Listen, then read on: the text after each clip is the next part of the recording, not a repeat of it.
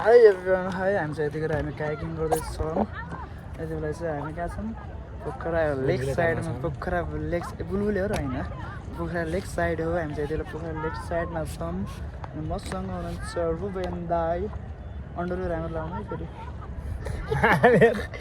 नि, त्यो त ठिक छैन भने हामी चाहिँ जस खेल्दै खेल्दै चाहिँ हामी बिचैमा पुगिसकेको रहेछौँ। खेल्ने बेला चाहिँ केही लाग्दैन, एकैछिन जस्तो लाग्छ। अब हामी त्यो छेउबाट अब अहिले यहाँ पुगिसकेको छ। अब हामीलाई जान नि गाडी हुने होला। अनि यत्तिको यस्तो गर्मीमा कायाकिङ गर्नु चाहिँ लास्ट मजा आउने है। अब केबल कार रहेछ नि त, त्यो बन्दी के अरे कहाँ माथि सारङकोट जाने केबल कार। सारङकोट जाने केबल कार छ र त्यो त्यहाँ अब केबल कार देखेको छ। त्यो केसको त्यो चाहिँ हामीलाई थाहा भएन। त केबल कार चाहिँ रहेछ है, केसको त्यो चाहिँ थाहा भएन। म कन्फिडेन्स साथ त भन्न सक्दिनँ, तर मेबी हुनसक्छ त्यो। जस गर्मीमा कायाकिङ गर्न चाहिँ मजा आउने रहेछ। अझ यहीमा कायाकिङ गर्दा गर्दै यसो पानीमा कुद्न पाए चाहिँ अझ चिसो मजा हुन्थ्यो। हामीलाई पानीमा पौडी खेल्न दिन्छ नि यहाँ तल भयो। अघि त्यो दिदीले खेल्नु गल्ती मिस्टेक एकै साथ भएर हो कि त्यो त। अब यहाँ लाइफ ज्याकेटहरू हुन्छ कि अब गिरे पनि त्यस्तो मरिहाल्छु भन्ने चाहिँ हुन्न है। मान्छे फर्स्टमा आत्तिनु चाहिँ भएन। फर्स्टमा आउँदा चाहिँ मलाई कस्तो डर लागे जस्तो भयो। त्यो कस्तो डर लागेको को हो कि त्यो चाहिँ भएको थियो। अहिले चाहिँ अब एक्सपोर्ट त नभनौँ, एक्सपोर्ट हो र होइन, इन्टरमिडिएटमा पर्छौँ। इन्टरमिडिएट त्यति एक्सपोर्ट चाहिँ नभनौँ। त्यो माथि देखिरहेको छ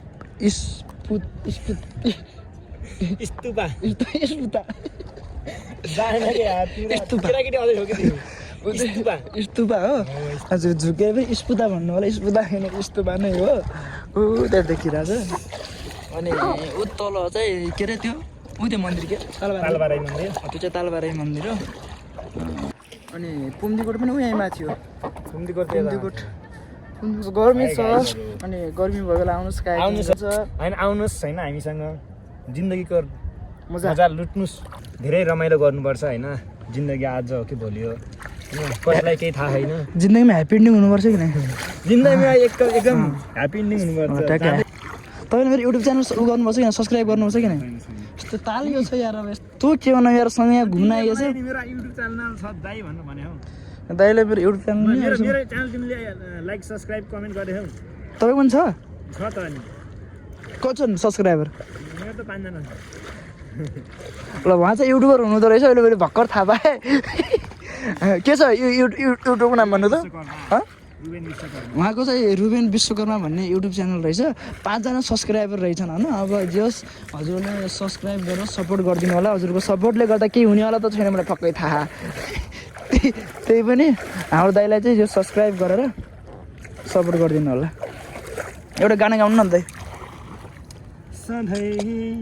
सधैँ आइरहन्छ तिम्रो यादहरू, मन यसै गुनगुनाउँछ अतीतका ती धुनहरू, कति तर्ते पर्खिरहे।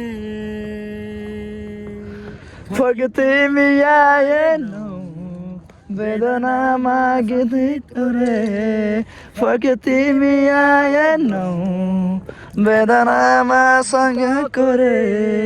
सुनिदेऊ यो गीत मेरो, अमर रहोस् यो प्रेत हाम्रो।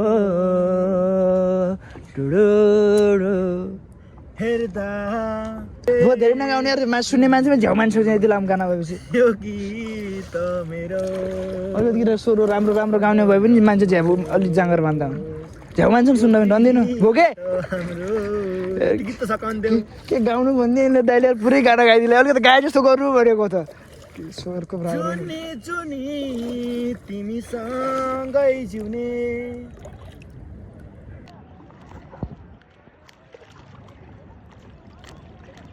Hello guys, thank you for watching my video. मैले यो चाहिँ यतिकै भिडियो छ, मैले के एडिटै नगरेर सायद यो भिडियो हालिदिन्छु होला। Thank you for watching guys. Bye bye guys. Bye भन्नु। Good night. यत्रा गुड नाइट अहिले। म सुत्छु नि त यहाँ, अनि त्यही भएर गुड नाइट भने हो कि भाइ। ल सुत्नु त। सुन्दैन सुन्दै पनि गाह्रो छ बिचरा यत्रो ठुलोवाला बक्सर लाग्छ सुन्दा पनि गाह्रो छ ल बाई बाई